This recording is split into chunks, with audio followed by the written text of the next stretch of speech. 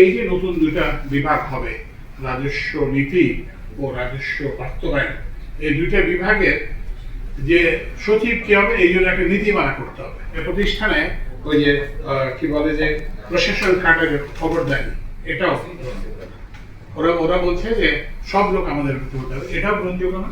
আবার এই উসিলায় প্রশাসন কার্ডের যে খবরদারি, সেটাও আমরা মনে করি এটা গ্রহণযোগ্য নয়। তাহলে আমরা কি করতে হবে? তো আমাদের যেটা করতে হবে সেটা হচ্ছে যে এই যে নতুন দুইটা বিভাগ হবে, রাজস্ব নীতি ও রাজস্ব বাস্তবায়ন, এই দুইটা বিভাগের যে সচিব কি হবে এই জন্য একটা নীতিমালা করতে হবে। এই যোগ্যতা থাকতে হবে, কারণ ওই কাজটা তো চালাতে হবে, ওই ডিভিশন তো রাজস্ব কার্যক্রম তো চালাতে হবে, সেই জন্য একটা নীতিমালা করতে হবে।